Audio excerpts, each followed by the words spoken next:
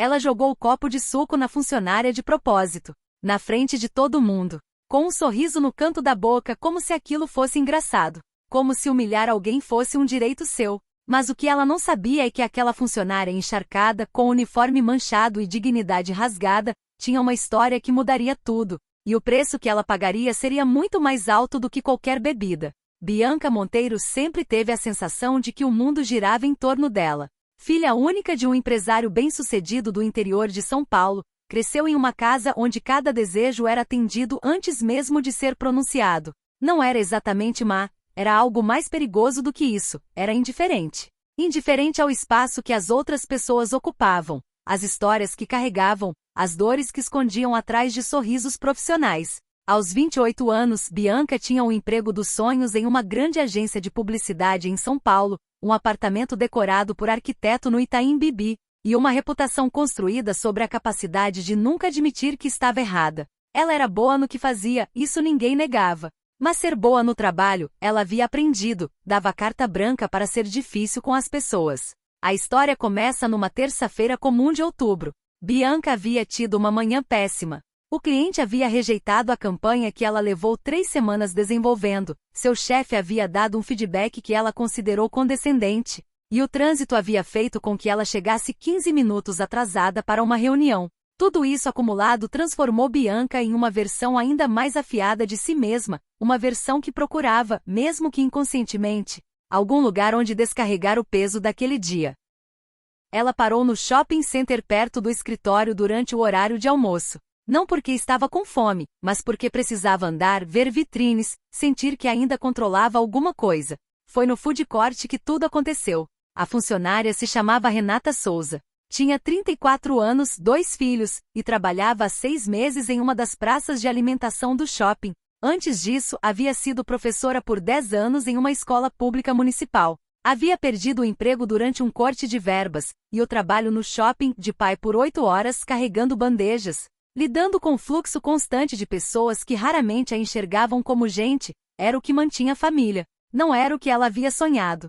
Era o que ela tinha. Renata estava atravessando o corredor central com uma bandeja carregada de copos, pratos e talheres sujos que havia recolhido das mesas. Era um percurso que ela havia feito centenas de vezes, com a habilidade silenciosa de quem aprendeu a carregar muito sem fazer barulho. Bianca vinha na direção contrária, olhando para o celular. Havia parado no meio do corredor, no exato ponto de passagem, para responder uma mensagem. Renata precisou desviar. Ao desviar, roçou levemente no cotovelo de Bianca. Foi um toque mínimo, quase imperceptível, do tipo que acontece dezenas de vezes por dia em espaços públicos movimentados e que as pessoas normalmente ignoram com um aceno de cabeça. Bianca não ignorou. Ela levantou os olhos do celular com uma expressão que Renata reconheceu imediatamente, havia visto antes. Em reuniões de pais onde mães ricas olhavam para professoras como se fossem empregadas domésticas que haviam errado o endereço. Você não está vendo por onde anda? Bianca disse, alto o suficiente para as pessoas próximas ouvirem. Renata parou. Segurou a bandeja firme. Desculpe, senhora. Tentei desviar. Tentou mal. Bianca olhou para o próprio cotovelo como se houvesse sido ferida. Gente assim não deveria trabalhar em lugar nenhum. Havia uma fila de pessoas observando. Algumas baixaram os olhos, desconfortáveis. Outras assistiram, esperando ver o que aconteceria. Renata abriu a boca para falar, mas Bianca não havia terminado. Com um movimento que aqueles que viram depois descreveriam como deliberado, não um acidente, não um gesto impulsivo, mas algo calculado, quase teatral. Bianca pegou o copo de suco de laranja que estava na própria mão e o despejou sobre a blusa de Renata. O líquido escorreu pelo uniforme, encharcou o avental, respingou nos sapatos. Renata ficou parada e imóvel com a bandeja ainda nas mãos. Não gritou, não chorou. Apenas ficou ali molhada e olhando para Bianca com uma expressão que não era de raiva nem de humilhação, era de reconhecimento. Como se aquele momento confirmasse algo que ela havia tentado não acreditar sobre certas pessoas. Presta mais atenção da próxima vez, Bianca disse, e virou as costas. Ela caminhou até uma das mesas do food court, sentou-se, pediu outro suco e começou a mexer no celular como se nada tivesse acontecido. O que Bianca não percebeu e porque raramente prestava atenção ao que acontecia ao redor quando não era sobre ela, foi que havia pelo menos 4 celulares gravando. No mundo onde cada gesto público pode se tornar permanente em questão de segundos, Bianca havia feito o equivalente a entrar num palco iluminado e cometer um crime à vista de uma plateia invisível e conectada. O primeiro vídeo foi postado 37 minutos depois. Uma jovem que estava almoçando com amigas havia gravado tudo, desde o cotovelo até o suco, e postou no Twitter com a legenda: "Ela fez isso de propósito. Olha o sorriso." E havia um sorriso, sim, breve, satisfeito, o sorriso de alguém que havia feito o que queria fazer. Em 2 horas, o vídeo tinha 70 mil visualizações. Em 4 horas, tinha 300 mil. Bianca estava de volta ao escritório quando a primeira mensagem chegou. Uma colega que a seguia nas redes sociais enviou um link com um único comentário: "Você está bem?" Bianca clicou sem entender e levou alguns segundos para reconhecer a si mesma no vídeo, de costas no início, depois de frente. Depois o momento do suco em câmera lenta que alguém havia editado e repostado. A sensação que ela descreveria depois, para sua terapeuta, era de queda livre. Não havia chão. Os comentários eram uma enxurrada. Pessoas identificando a agência onde ela trabalhava através da crachá que aparecia brevemente no vídeo. Pessoas marcando a empresa. Pessoas pedindo demissão, pedindo desculpas públicas, pedindo que o shopping identificasse a funcionária para oferecer apoio. Jornalistas de portais de notícias pedindo posicionamento. Influenciadores fazendo vídeos de reação.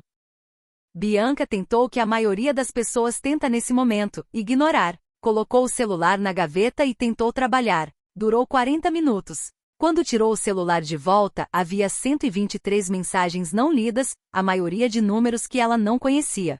Seu chefe chamou às 18 horas. A reunião foi curta. O diretor de recursos humanos estava presente, o que era um sinal que não precisava de interpretação. A empresa havia recebido contato de jornalistas e dezenas de mensagens nas redes sociais da agência. 2 clientes haviam ligado se posicionando. A agência não podia, as palavras exatas foram: "não pode neste momento, manter uma colaboradora associada a uma situação deste nível de repercussão." Bianca estava suspensa com imediato efeito, enquanto uma avaliação interna era conduzida. Ela saiu do escritório às 18h40. Ficou parada na calçada por alguns minutos. Havia pessoas passando, carros buzinando, a cidade funcionando com indiferença total à sua situação. Ninguém sabia quem ela era ali fora. E ao mesmo tempo, dentro de um retângulo de vidro e luz que cabia no bolso de milhões de pessoas, todo mundo sabia. Bianca foi para casa. Não conseguiu comer. Tentou dormir, não conseguiu. Ficou relendo os comentários com o tipo de compulsão autodestrutiva que as pessoas desenvolvem quando algo horrível acontece e elas não conseguem parar de olhar para isso. Entre os comentários encontrou algo que não estava esperando: alguém havia encontrado Renata. Não para atacá-la, para apoiá-la. Uma página havia sido criada com o título "Vamos ajudar a Renata", e em menos de 12 horas havia arrecadado mais de 40 mil reais em doações de pessoas que queriam, de alguma forma, desfazer simbolicamente o que havia sido feito. Havia um texto breve na página, escrito por alguém do shopping que conhecia a Renata. Dizia que ela era professora, que havia perdido o emprego, que tinha 2 filhos, que trabalhava todos os dias sem reclamar. Dizia que ela havia chegado em casa naquela noite e contado para o filho mais velho, de 12 anos, o que havia acontecido. E que o filho havia perguntado: "Mãe, você ficou com raiva?" E Renata havia respondido: "Fiquei com pena, meu filho. De uma pessoa que precisa fazer isso para se sentir grande." Bianca leu aquilo 3 vezes. Depois foi ao banheiro e ficou um longo tempo de frente para o espelho. Não foi um momento de cinema, não houve lágrimas dramáticas ou revelação súbita. Foi mais lento do que isso. Foi o tipo de desconforto que não tem nome, que fica instalado no peito e não pede licença para ir embora. Ela tentou, por alguns minutos, construir argumentos para se defender internamente. Havia sido um dia difícil. Havia sido esbarrada. A funcionária havia sido descuidada. Mas os argumentos não sustentavam o peso do vídeo que havia assistido de si mesma, e especialmente não sustentavam o peso daquela frase: "de uma pessoa que precisa fazer isso para se sentir grande." Na semana seguinte, a vida de Bianca desabou em câmera lenta. A suspensão se converteu em demissão após a avaliação interna concluir que o comportamento era incompatível com os valores declarados da empresa, e também, embora ninguém dissesse isso diretamente, porque manter Bianca custaria clientes. Ela tentou contato com 2 outras agências onde havia entrevistas marcadas para o mês seguinte. Ambas cancelaram sem explicação. Sua presença nas redes sociais havia se tornado um campo minado. Ela havia privatizado todos os perfis na primeira noite, mas prints já circulavam.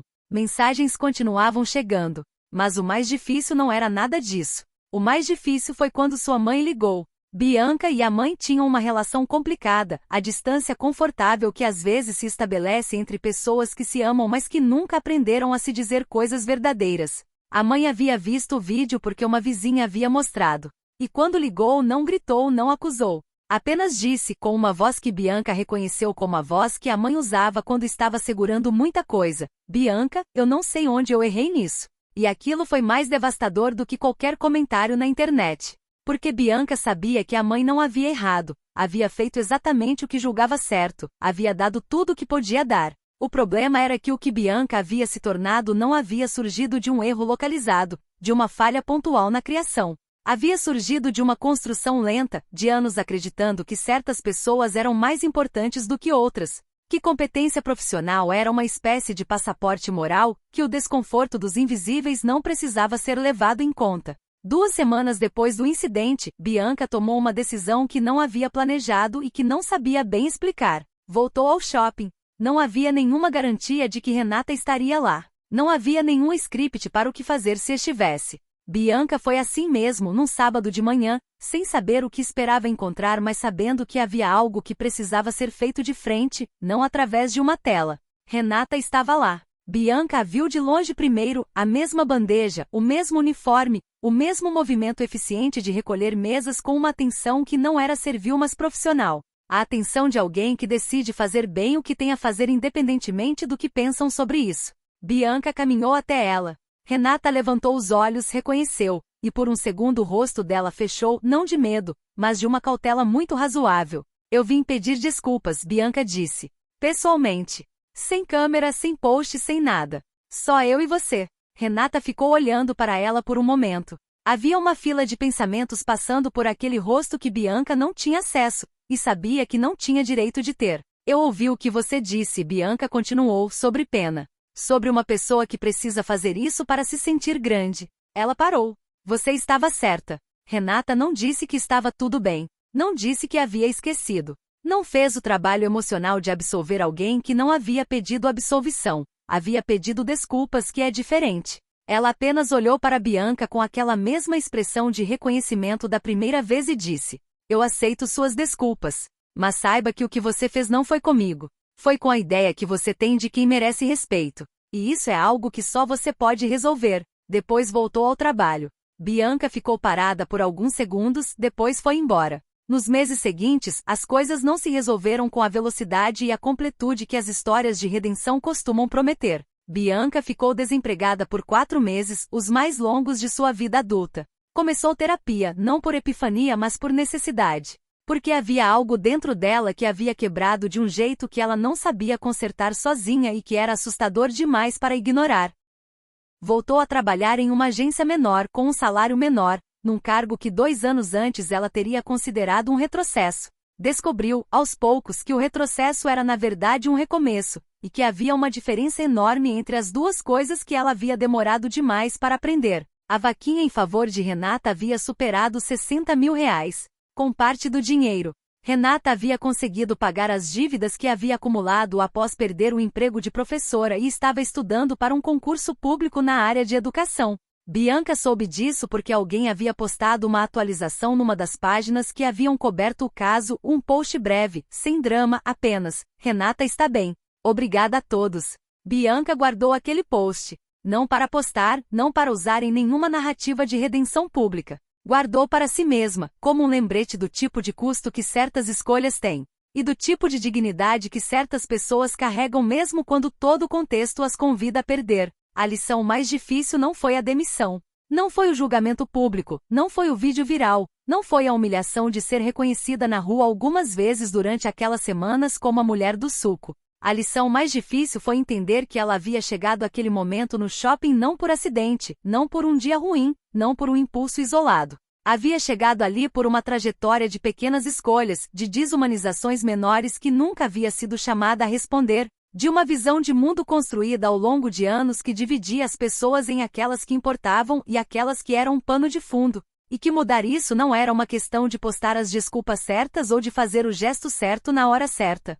Era um trabalho longo, interno, sem plateia e sem aplauso, exatamente o tipo de trabalho que ela havia, a vida inteira, aprendido a evitar. Ela estava aprendendo, com dificuldade e sem garantias, a fazê-lo. E às vezes, num dia comum, atravessando um corredor movimentado, ela desviava de alguém com uma bandeja cheia e havia um instante breve, quase imperceptível, em que as duas se olhavam e se reconheciam como gente. Era pouco, mas era um começo.